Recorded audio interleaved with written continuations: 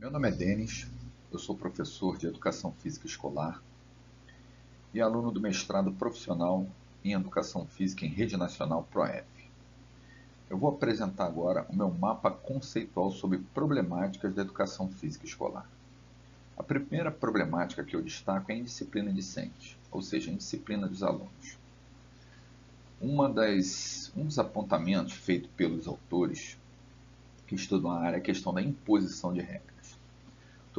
Toda vez que as regras são impostas de forma autoritária,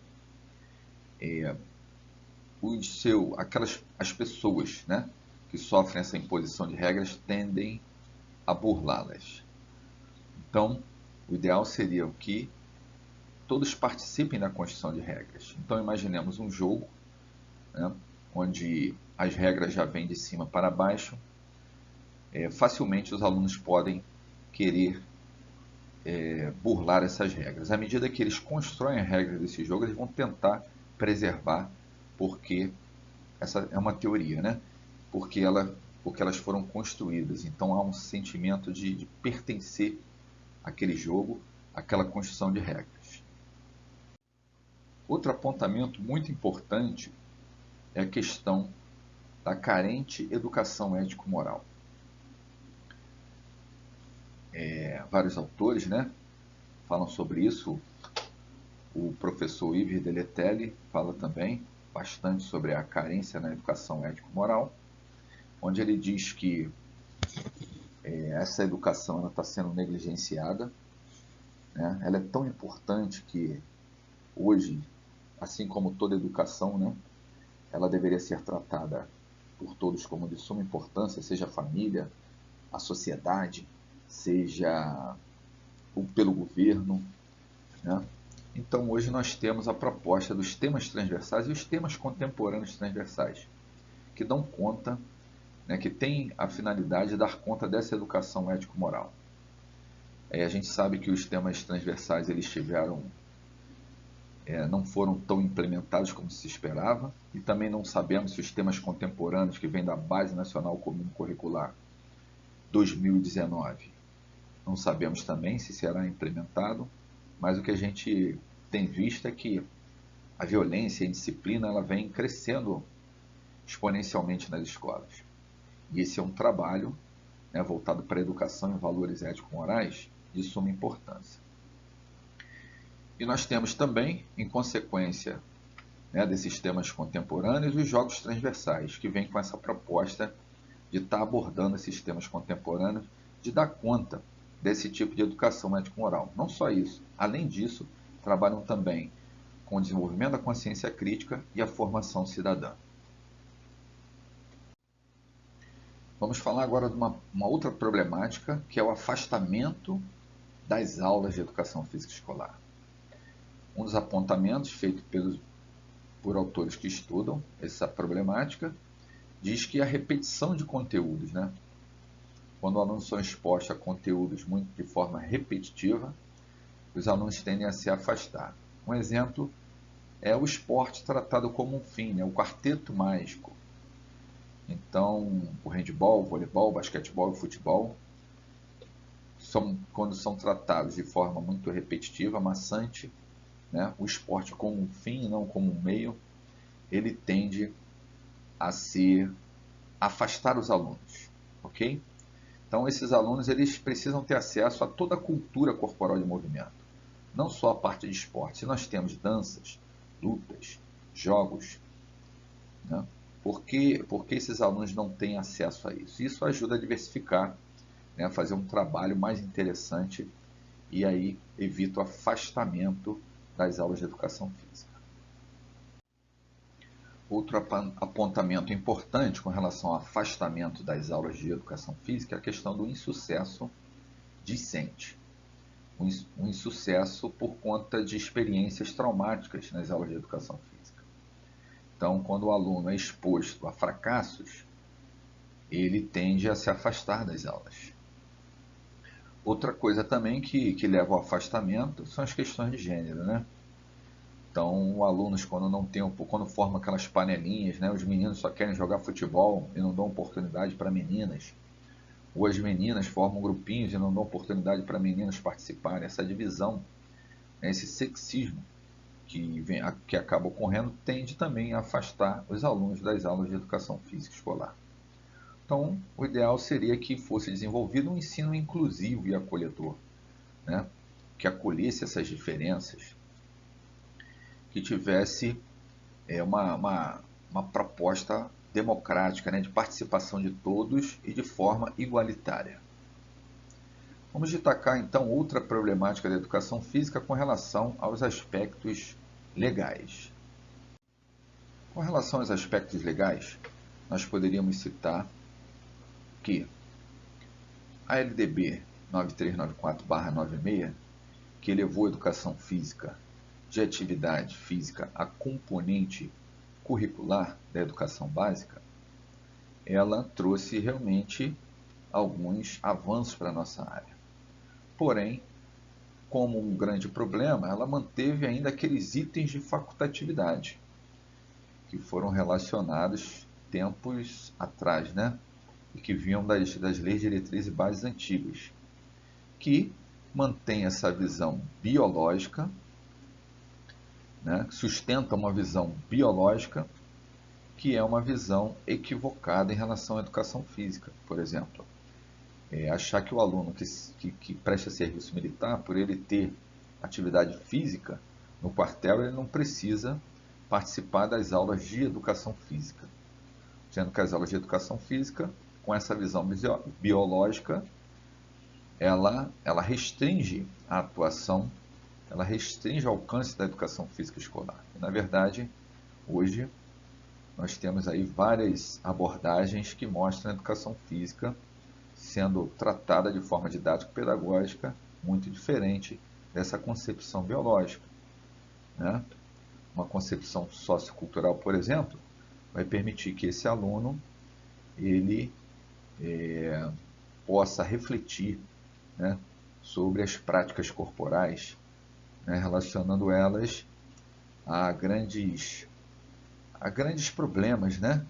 A problemas de poder, a problemas relacionados à inculcação de ideologia dominante, né, a certas verdades que são impostas como se fossem absolutas e não são.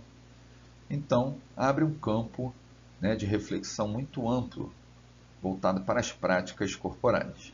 E que, na visão biológica, pensa a educação física só restrita à atividade física. Então, a sugestão é que haja uma alteração por estados e municípios da lei, né, retirar esses itens de facultatividade, porque eles não contribuem nada e demonstram um atraso aí de aproximadamente 30 anos. Um outro grande problema da educação física escolar é com relação à atuação docente, né, o trabalho docente, que alguns autores separam, destacam como práticas tradicionais, abandono do trabalho docente e práticas inovadoras. Então, as práticas tradicionais geralmente estão associadas aos esportes, né? Como nós já falamos aqui do Quarteto Fantástico, fazendo a relação aqui com o Quarteto Fantástico, né? O esporte como um fim.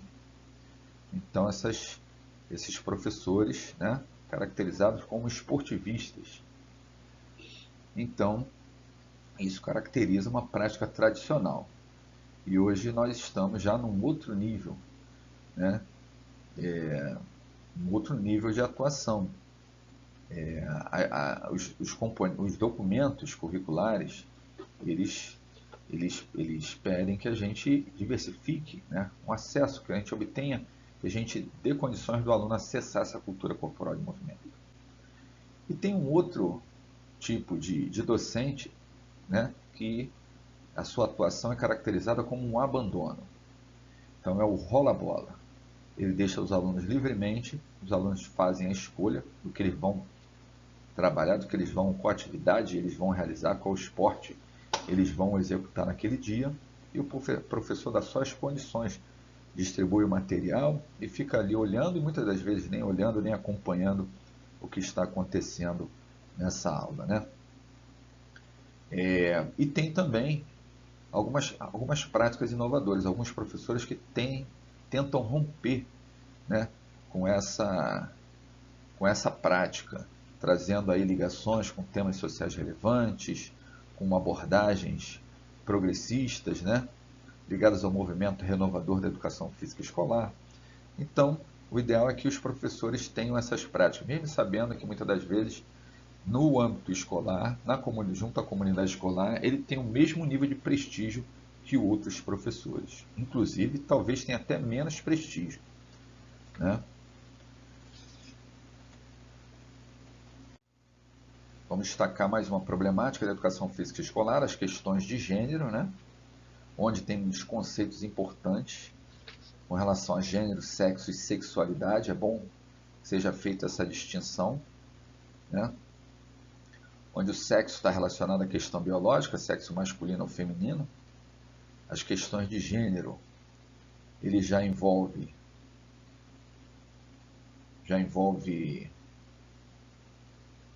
uma outra condição. Muitas das vezes a pessoa não se identifica com o sexo biológico, né?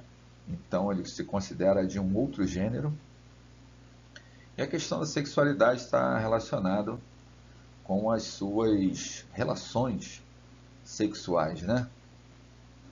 Bom, mas o que importa é o seguinte: as turmas mistas, né?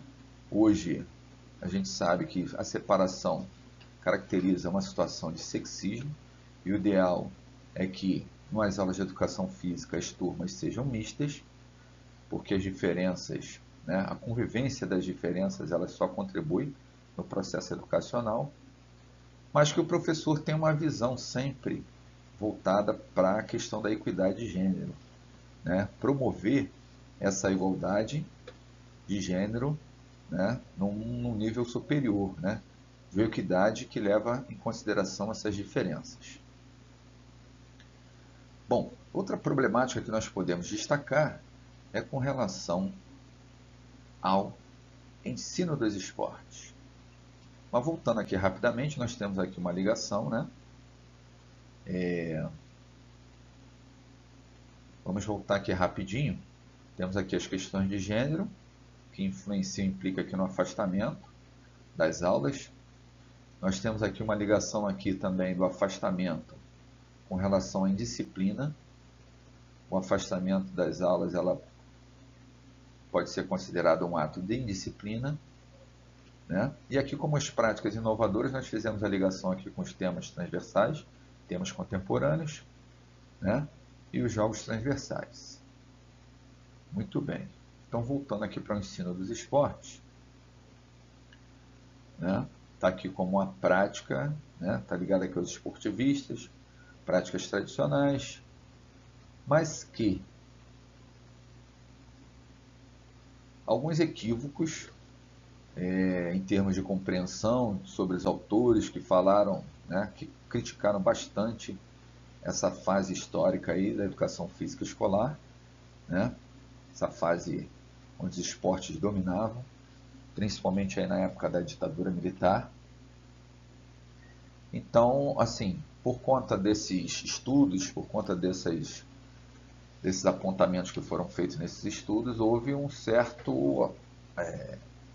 aconteceu um hiato na área de educação física escolar. Aquilo que se praticava, aqueles professores esportivistas não sabiam mais o que fazer, né? E uma crítica também é que não houve orientações, propostas mais dirigidas do que fazer a partir daquele momento, né? Então a gente fala que está havendo ainda um hiato, agora melhorando um pouco mais agora nos últimos anos. Então, vamos destacar aqui alguns equívocos. O esporte como fim, nós já falamos, né, lá no afastamento das aulas. A hegemonia, né, o que caracteriza uma hegemonia dos esportes. Os esportes hegemônicos, o Quarteto Fantástico. Então, com isso nós temos o esporte na escola, né? Muitas das vezes, professores querendo, com relação a implementar no âmbito escolar o esporte de rendimento. Com relação à técnica e à tática, né? Autores dizem que o mais importante é a tática e não a técnica, não que a técnica seja substituível, não. Trabalha sim a técnica, não visando um aproveitamento excelente, né? Mas um bom aproveitamento para que ele possa desenvolver o jogo, mas que a tática deve prevalecer. Um equívoco também que dizem que autores que criticaram os esportes queriam substituir o rendimento pela ludicidade. E assim, nem lá nem cá, né? E sim o esporte da escola que nós vamos falar. Bom, um equívoco também, diziam que esses autores queriam substituir o esporte, né? Ou seja, substituir a prática pela reflexão. Nós sabemos que não. Nós precisamos juntar e unir tudo, né? A parte teórica e a parte prática nós vamos falar na próxima problemática. Então, a relação aqui do esporte na escola com o esporte da escola. O esporte da escola seria aquele que é um meio para se atingir as finalidades do ensino, da educação básica, né? Aquilo que consta nos documentos curriculares, no projeto político-pedagógico da escola. Bom, e nós vamos agora então para a última problemática, que é a relação de teoria e prática. Então nós vamos destacar aqui alguns apontamentos feitos por alguns autores que falam sobre a relação de teoria e prática, onde eles falam sobre o fazer e o ensinar sobre o fazer, ou seja, uma dimensão procedimental e uma dimensão mais conceitual, né? Eles destacam que ambas são importantes e elas precisam estar entrelaçadas, integradas, para produzir um ensino significativo, né? E isso promove o quê? Uma contextualização dos conteúdos, uma contextualização, né, dessas práticas corporais, indo contra uma alienação. Então não é só o fazer pelo fazer, é um fazer, né, mas com as suas reflexões, ligado a certos conceitos importantes para que o aluno possa entender o que ele está fazendo. Então essa é a proposta. É isso. Então assim nós encerramos a apresentação do nosso mapa conceitual.